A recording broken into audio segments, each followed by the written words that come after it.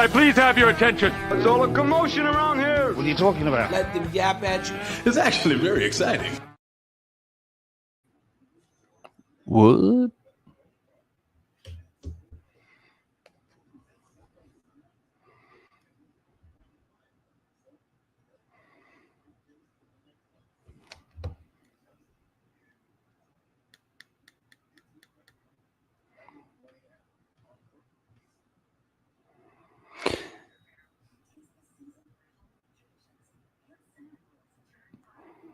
So I don't know if anybody can hear Brad, but Brad has been talking for the last 10 minutes, and I have no idea what he has said.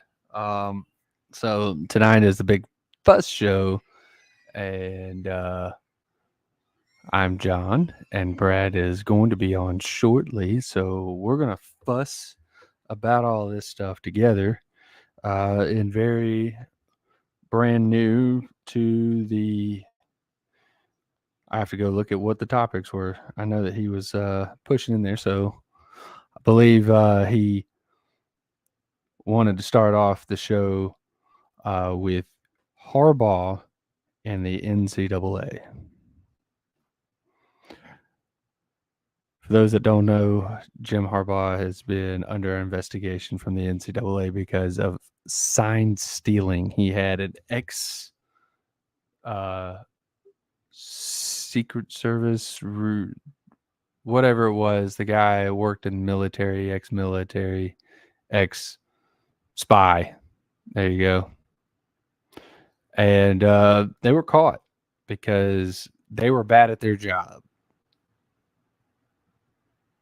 That's it. Plain and simple.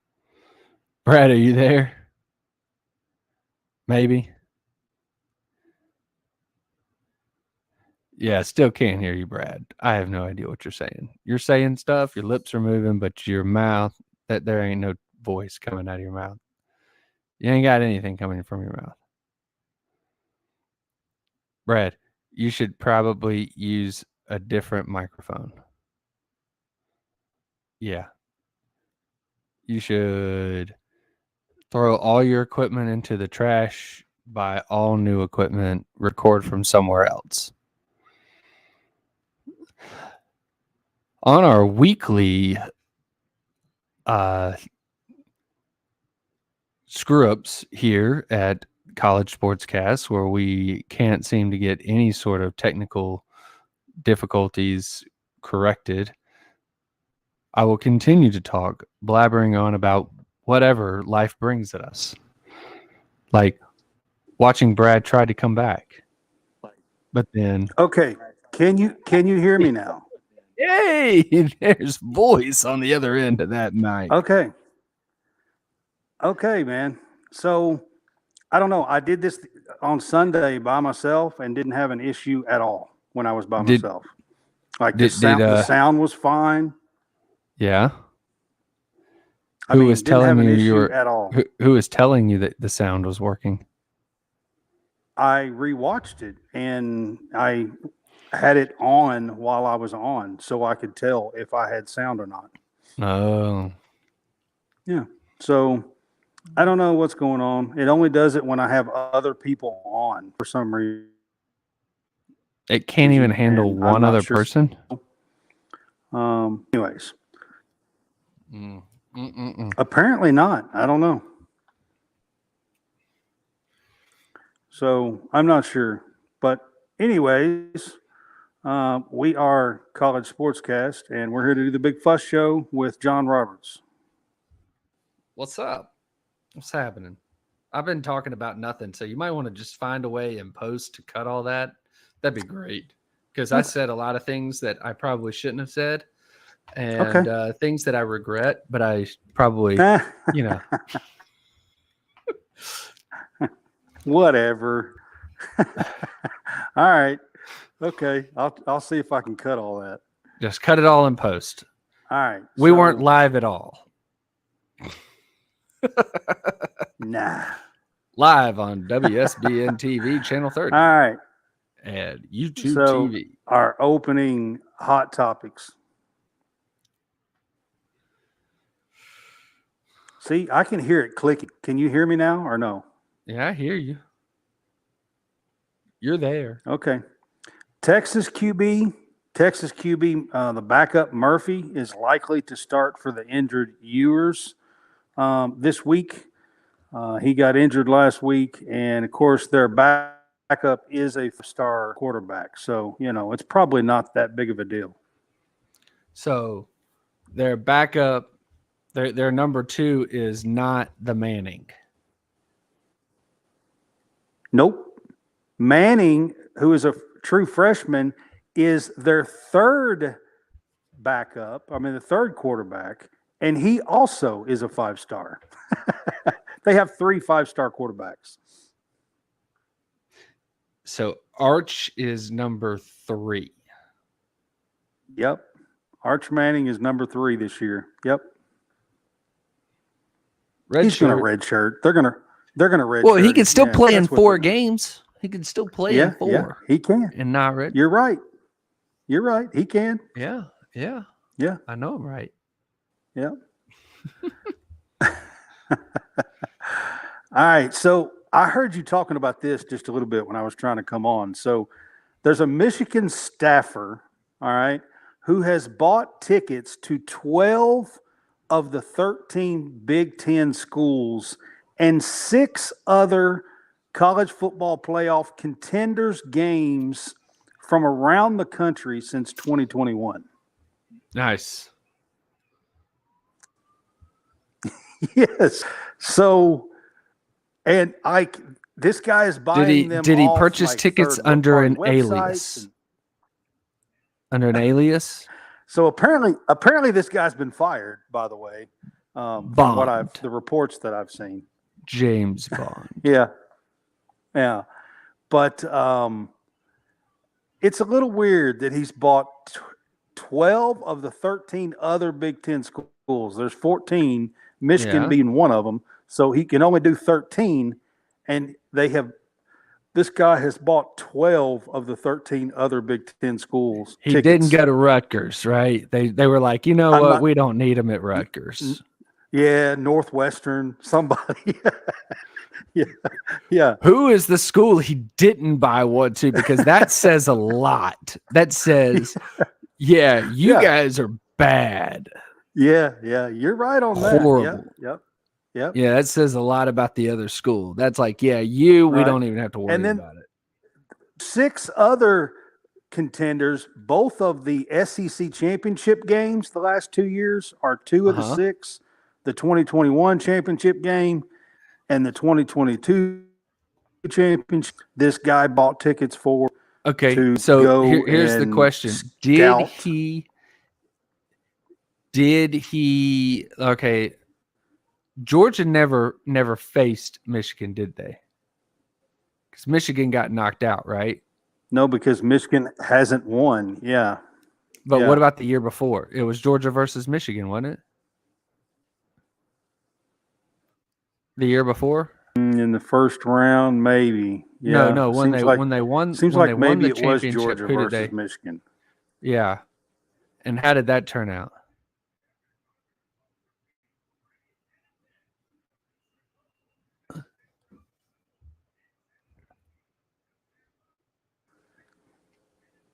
You're probably going in and out. I don't know. I can't tell. That was first game. Oh, there you are.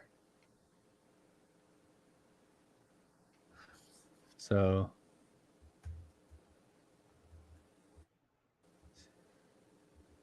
yeah. So what were you saying about Georgia that one? and Michigan, I think, maybe played. Did they play in the first round in 2021? They may have. I can't remember. You're going in and out right now. Let's take a look. So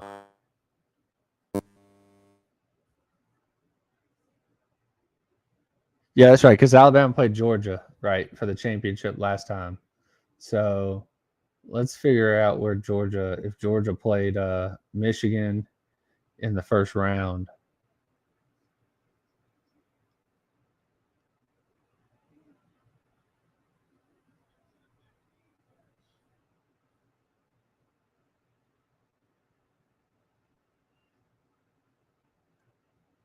was just trying to see how that worked out that year. Where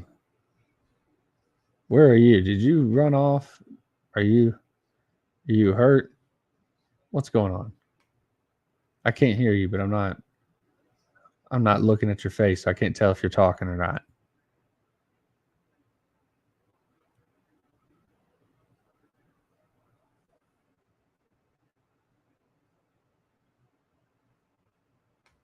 Are you talking? I haven't heard. Are you frozen? You must be frozen. Brad, you're frozen. That's what it is. You're frozen. I can't see you. I can see you, but you're not moving. So that's why. I can't hear you, can't see you. Frozen Brad strikes again. So, again, let's see. Georgia defeated Michigan. This looks like in the 2021 second semifinal game, Orange Bowl guard in Miami. Georgia defeated Michigan 34-11. These wins by Alabama and Georgia qualifying them for the national championship. All right, so 34-11. Now, so Kirby Smart's response is probably one of the best responses that I've seen in this.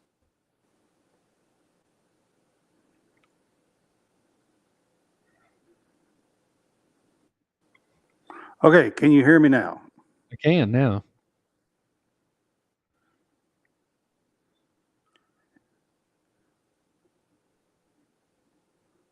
All right. I definitely do need some new equipment. I've been buying new mics, but I've been buying cheaper ones because every time I buy something, I have an expensive one. But the way I'm running this right now, I can't use it because I'm running this off of my iPad.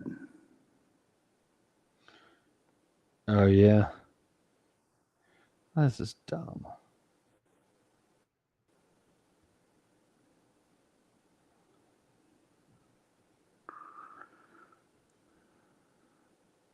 All right, guys, I'm going to move along, go to my Zach Edey. It leads the preseason AP All-American team for college basketball. And the interesting thing here is there's 4 big guys on the AP All-American first team. Hey, I just want to go back to that one just for a second because this is what I was looking for. Okay. Okay.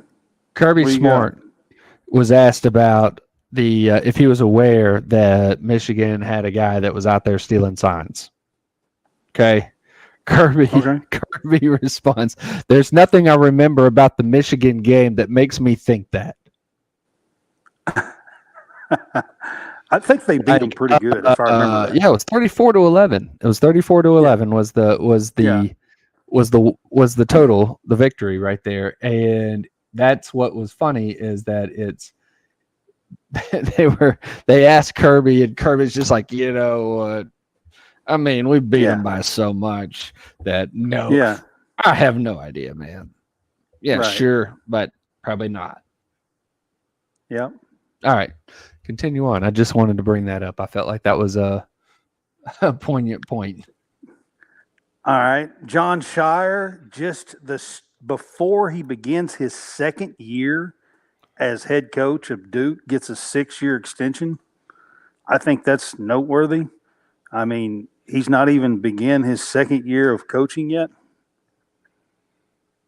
and he gets a 6-year extension. I guess they're committed to John Shire being the Duke head coach.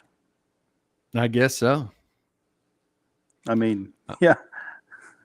Sounds like the point it, guard. Right? The point guard from 10 years ago is 10, 12 the guy. years ago. Yeah. I don't remember. Yeah. I mean, I remember him being a player. Right. So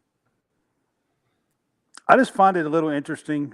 He's not even begun his second year as a coach yet, and they're already ponying up 6-year extension for him.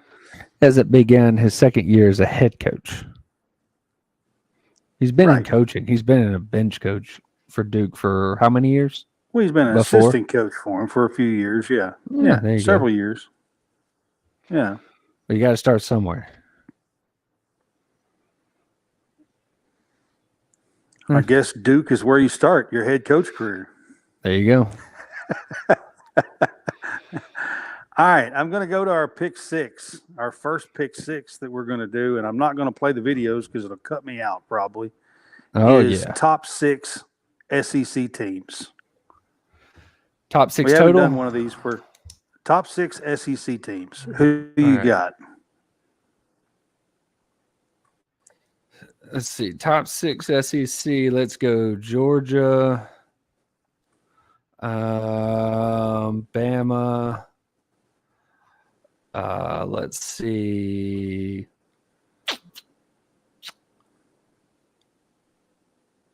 Mizzou, Tennessee, 1, 2, 3, 4. LSU, that's 5. And I mean, it gets kind of it's like hard, like towards the end. There's a bunch of teams that could be there. You could have Texas A&M, Kentucky, or Florida right there, and it doesn't really matter because they're number 6.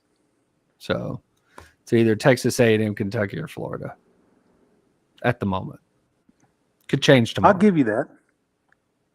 Oh yeah. So it probably will change by Saturday. So Georgia, Bama, number 1 and number 2, and then it could be anything between Tennessee, Mizzou, and LSU as number 3 or 4 or 5, and then after them, it could be anybody between Kentucky, A&M, and Florida.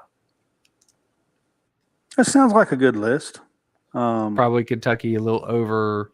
No, sorry, Florida over Kentucky because Florida beat Kentucky, but Florida and A&M Kentucky haven't beat played. Florida. Yeah, there you go. Kentucky beat Florida, so Kentucky over Florida, but don't know what the no head to heads with the A&M. So right, yeah.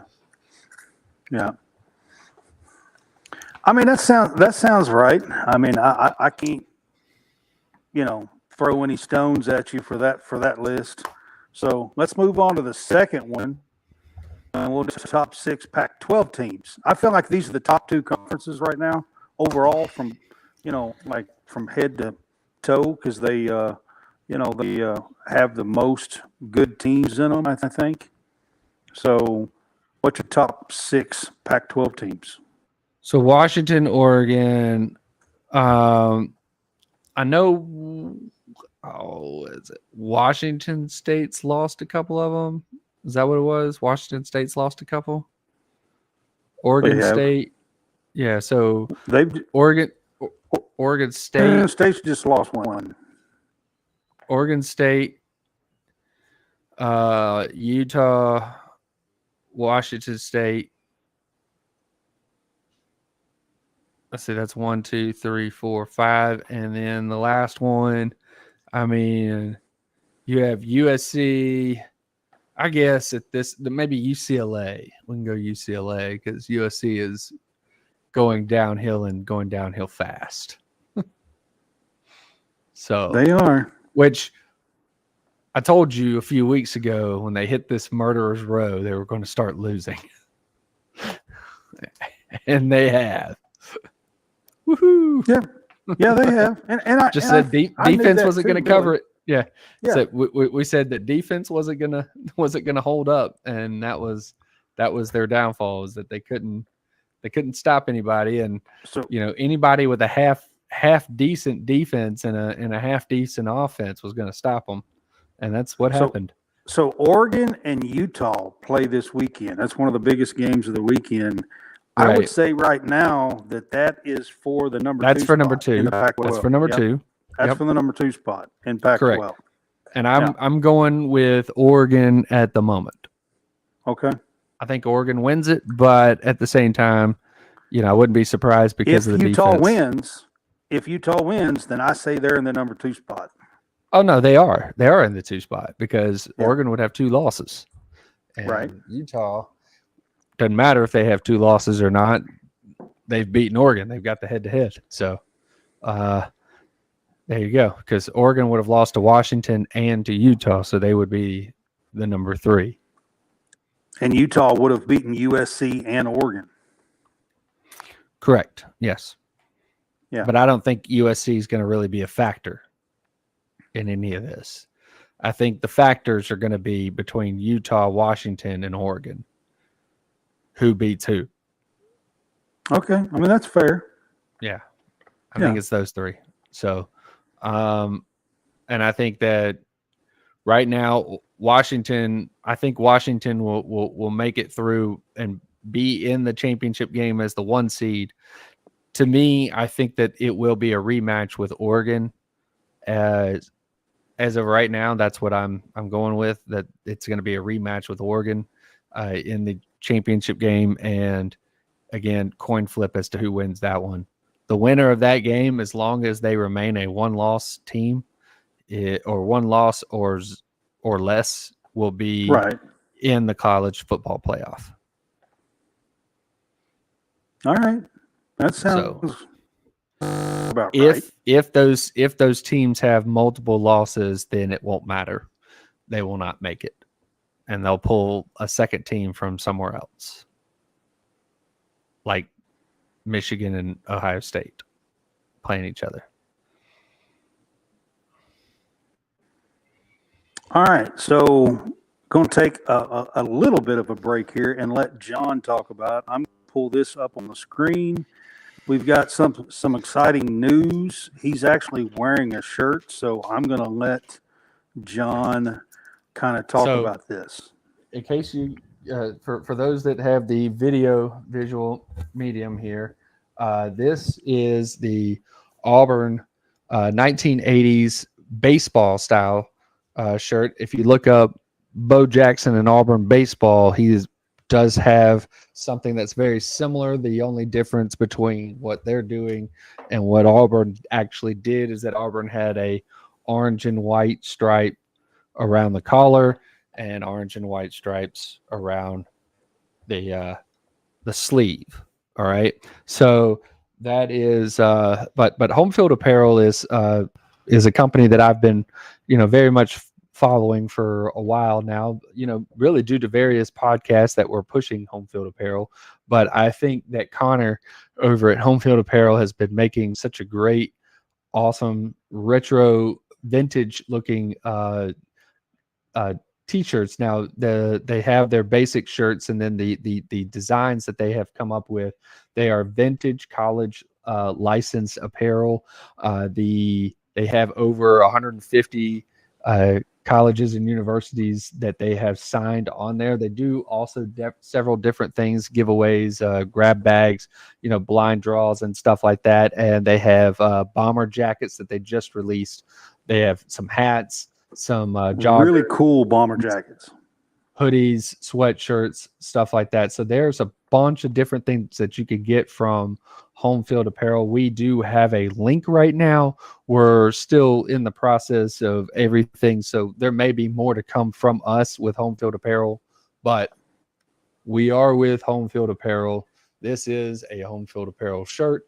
It is very comfortable, very, very fitting for like what I have. And you could go through, again, 180 collegiate license vintage gear, and you will not be dissatisfied. So I did talk to them about one school. They did inform me that school didn't do vintage, and it made me sad.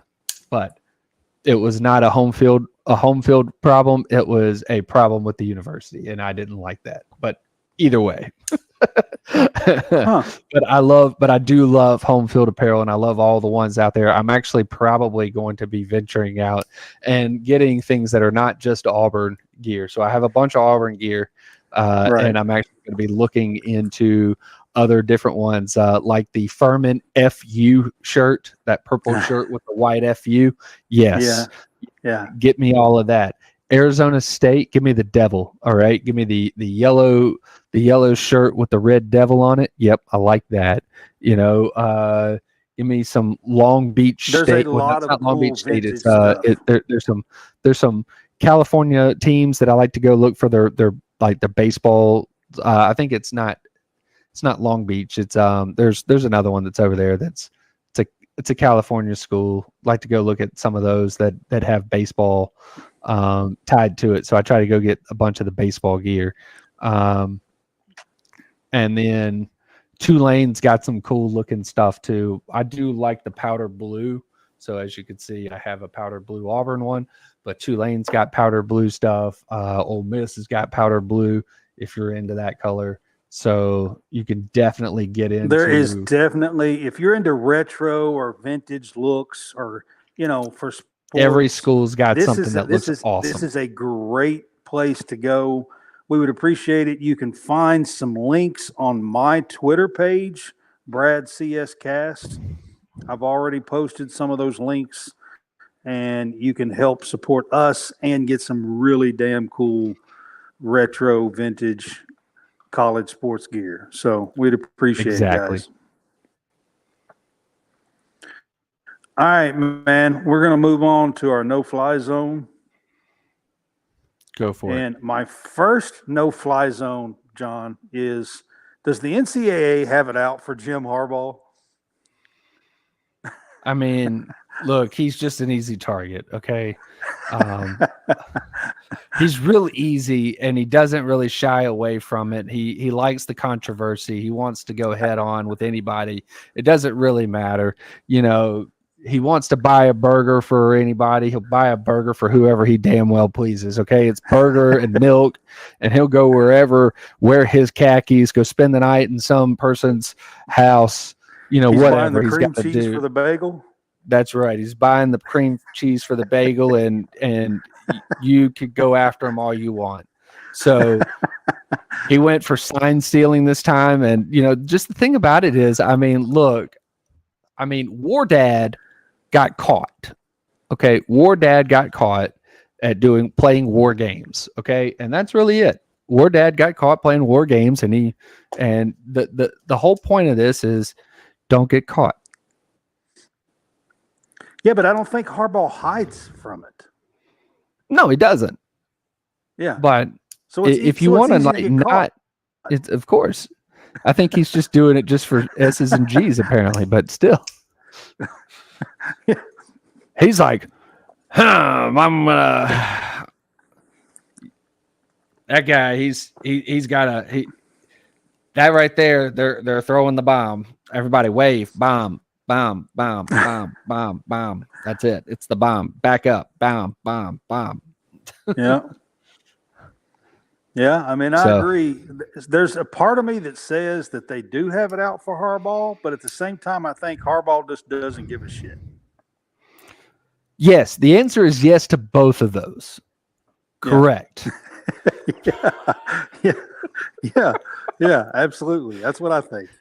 Yep. It's no fly on both sides. Fly it's on both fly. sides. Yeah, it's definitely sides. Fly on both. Yeah, on both sides. All right, my next one is Clemson. Listen, is things about to get really, really ugly at Clemson?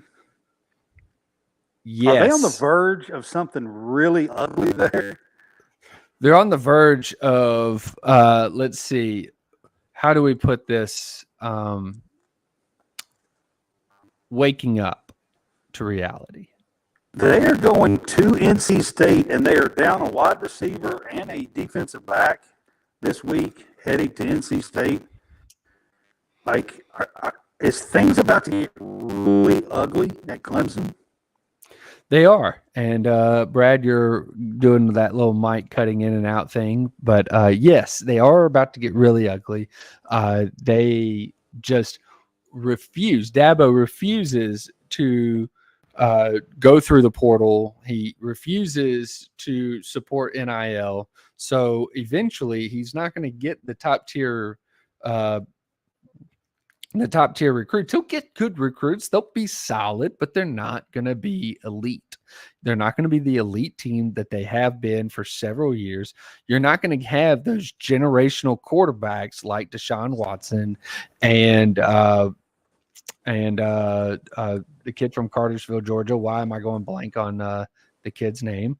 But the elite quarterbacks are gone by the wayside now because Klubnik's not really elite.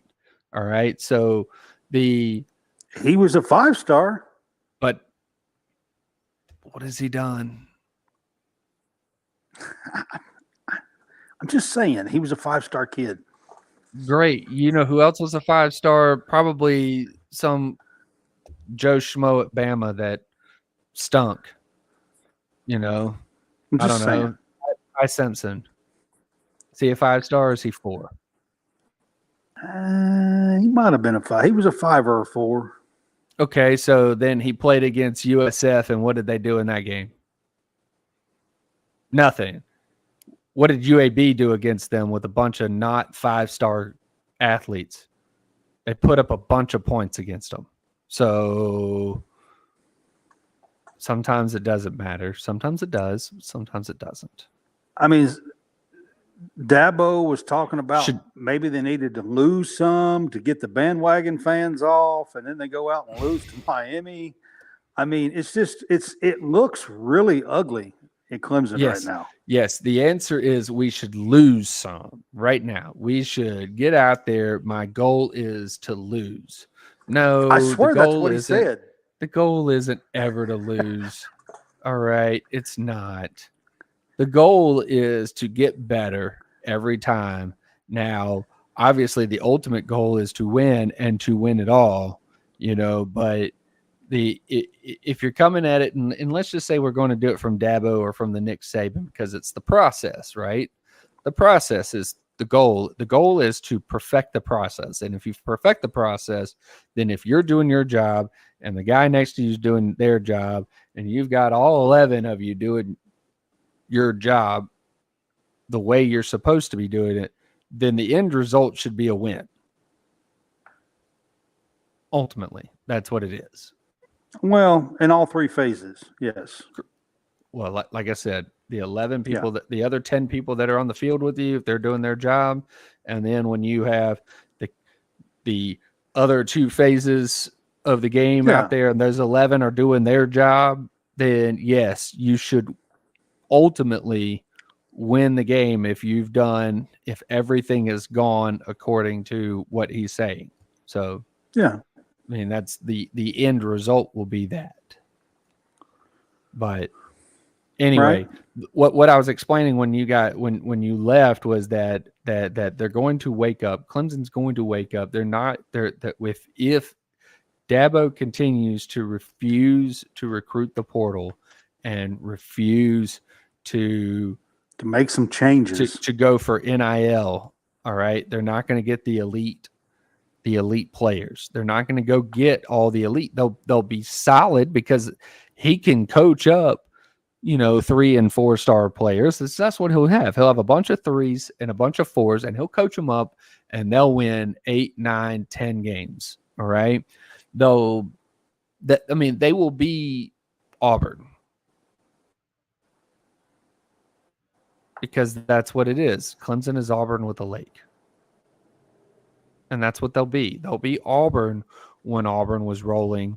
They'll be good once every 4 or 5 years, being like elite once every 4 or 5 years, but they're going to be solid for the remaining time. And he'll do that until the fans get tired of that and ultimately run. But Clemson fans are like, they're on top of the world. They think they should be winning titles every year. Are they going to be okay with 8 or 9 wins? No, they won't. That's why I said until eventually they run him off. He either has to change or they're going to run him off. So fair enough. Yeah, that's what's going to happen. And now they're watching their former defensive coordinator figure out how to get, Oklahoma to just an unbelievable offense and also have a really good defense. Clemson has been a team that's either had really good offense or really good defense. Sometimes they've had both, but that's rare. Right. So, yeah. All right. Well, my next one is this. Is Lincoln Riley going to wear thin at USC? Because they've kind of got a reputation of coaches who have done pretty good and run them off. Several of them. Stark, Clay Helton, Lane Kiffin. Like, I can go down the list. Sark was fired because he was an alcoholic at the time. He'd made a fool of himself in front of a bunch of donors being drunk. Well, Clay Helton's first 22 games, he was 17-5. Guess what? Clay Helton was not the sexy pick. He didn't look like a West Coast guy. He was a backup quarterback to Stan White at Auburn, and he's not the flashy, Hollywood, Mr. Hollywood. So he didn't look like Hollywood. Sark did to a degree, but at the time, not saying right now, because I think he's cleaned up and, he went to Second Chance U with Alabama, went to the Nick Saban rehab program, and now has, Texas, and is doing really well at Texas. So, Lane Kiffin went through there. They left him on a tarmac, but Lane Kiffin didn't really do anything. Like, they weren't successful under Lane Kiffin. So while you're talking, nobody's hearing you. So I've got you on mute. Not really. But they had Lane Kiffin. They had, you said, Clay Helton. They had Sarkisian. They had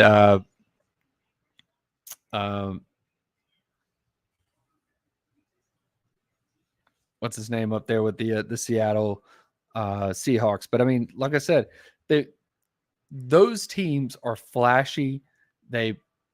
Pete Carroll, by the way, those teams are flashy. They show a lot of offense. They're very promising. And as long as he has the ability to score a lot of points, they'll hang on to him for a little while. The only thing about this is that it's going to be proven that the defense matters to a degree. And if he doesn't change with that, then at some point in time, and I don't know how soon that's going to be, but at some point in time, they'll be bothered that they're not winning championships.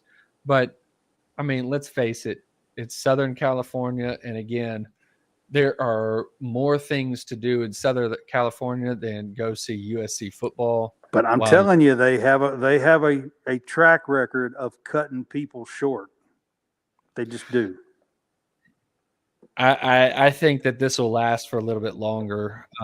Like I said, he has enough promise on the offensive side that as long as he keeps doing that, they will their eyes will shiny, like shiny toys, and they will keep them around for a little while longer. But eventually, the rust, the underbelly, the defense that they don't have will be out there, and they will eventually want championships, and they need at least some form of a defense. At least a player playing on the defensive side of the ball instead of the other offense just playing against air, because that's really what's going on right now. All right. I mean, that's fair. I just wanted to ask these questions to you. And I'm going to switch it up and go to a basketball question, okay? But on basketball, so bigs in college is being used a whole lot more traditional. And in NBA, they're being used from the outside and a lot of threes. And do you think that the usage in college basketball is better for bigs than what is being done in the NBA? So some of the bigs in college basketball still have or at least the threat of an outside shot, But not all. Which is what is being used in the NBA, or is what everybody is trying to Zach go for. Edey That doesn't. Oscar that seven Tshiebwe didn't. That 7-footer that can shoot Drew the Timme outside.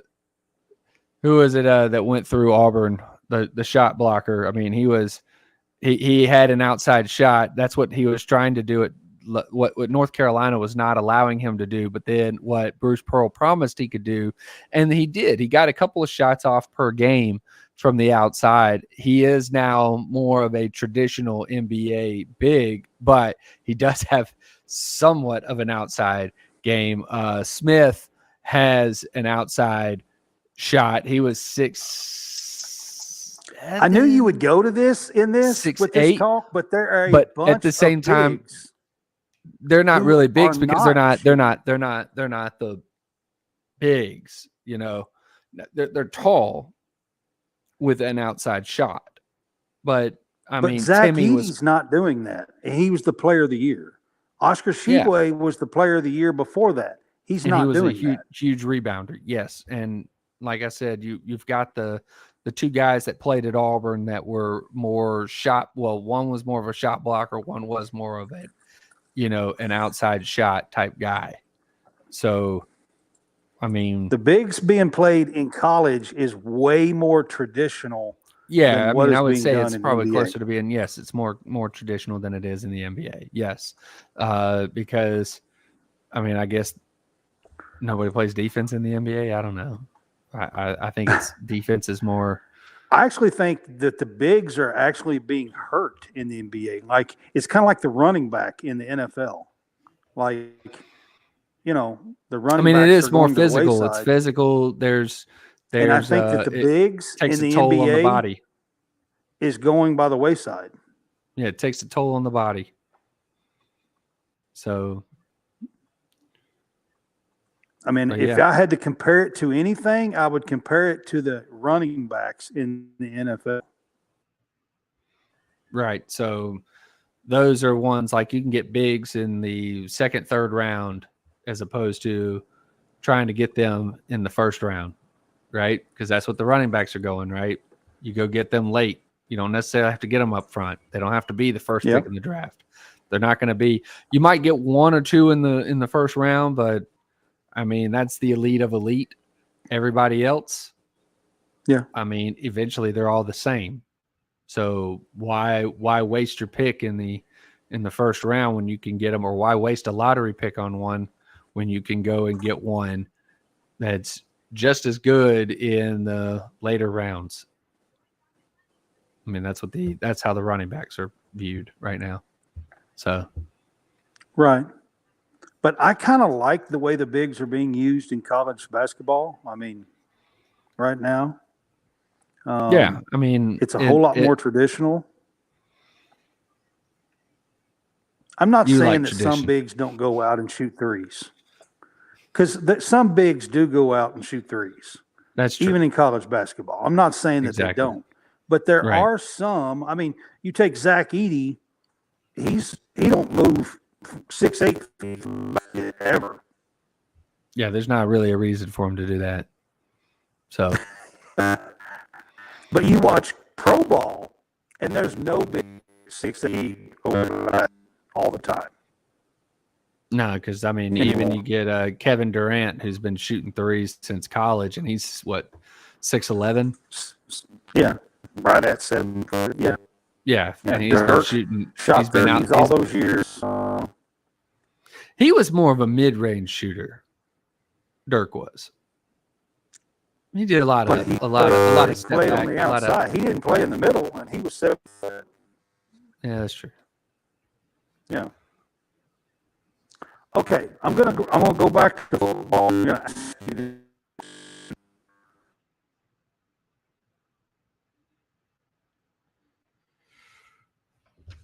For those of you in the audio realm, he has gone by the wayside on the audio. So A&M, Arkansas, South Carolina, who makes a coaching change first? And for me, let's see. South Carolina is still a new toy.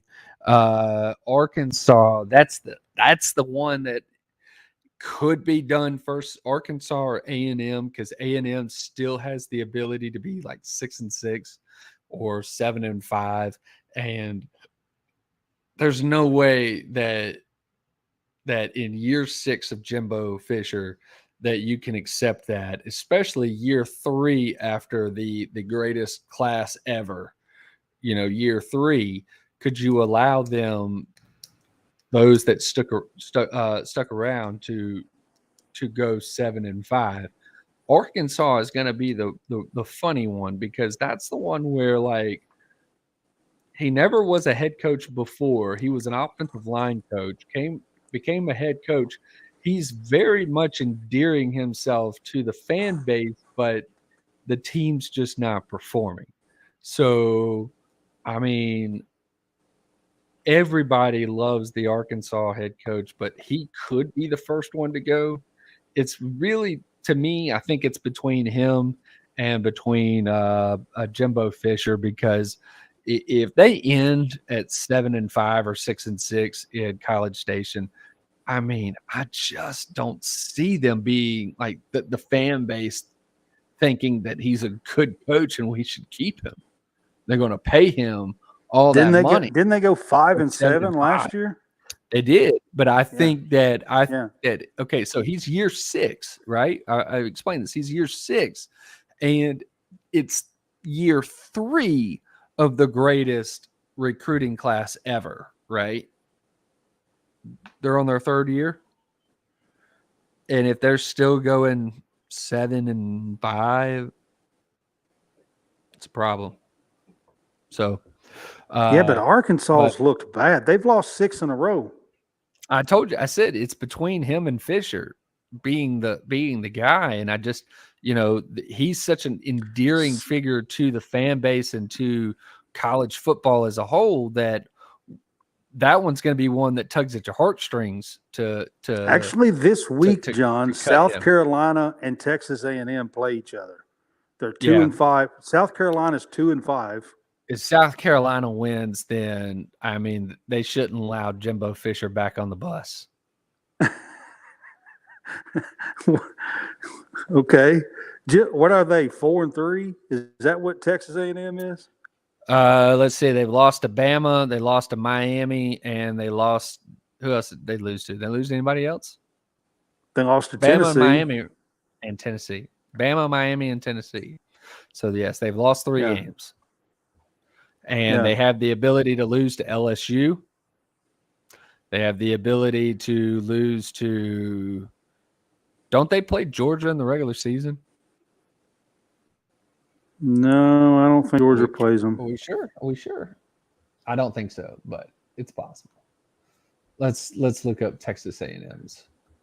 I want to look up their They play South Carolina this week, and I know they play LSU at the end. A&M schedule. Yeah, so that's 2 of their 5 or so games. They've got Mississippi State, which they should win. They've got LSU, Ole Miss. So Ole Miss. So they have 3 losses. They could have 2 more or 3 more. I mean, South Carolina potentially could do it, but I just saw some stuff today online about firing Beamer, and that's the first time I've seen that.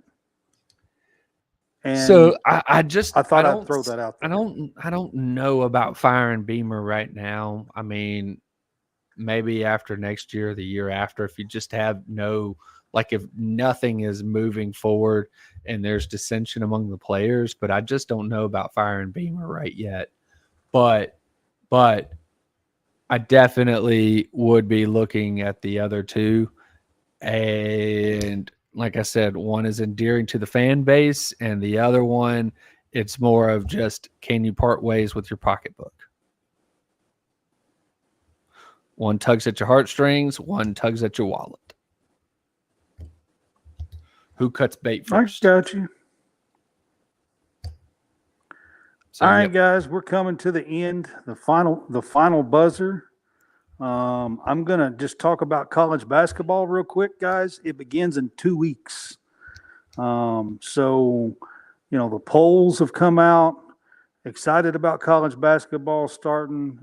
It starts the week of November the 6th. So we are just 2 weeks out from college basketball beginning. And, you've got a lot of preseason stuff and polls, and you got exhibition games and things of that nature over the next 2 weeks to kind of keep your eyes out on. And college basketball is loaded, maybe more so than ever in my lifetime, with team after team after team who have experience and talent. So that is a Get product. 8, 9, 10 teams.